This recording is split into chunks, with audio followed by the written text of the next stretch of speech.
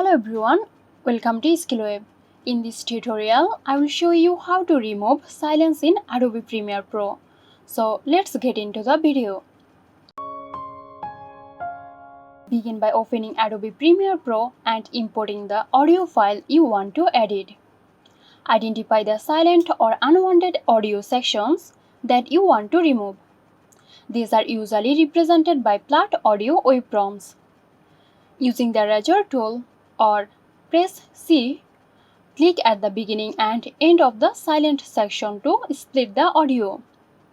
Select the split silence and press delete on your keyboard to remove the selected audio. So that's it. Hope this video helped you out. Stay tuned for more helpful tutorials here at Skillweb. This video is sponsored by Xirosoft. Xirosoft offers graphic design, UI UX design, digital marketing and web development. Elevate your brand with Xirosoft today. For more details, check the description box.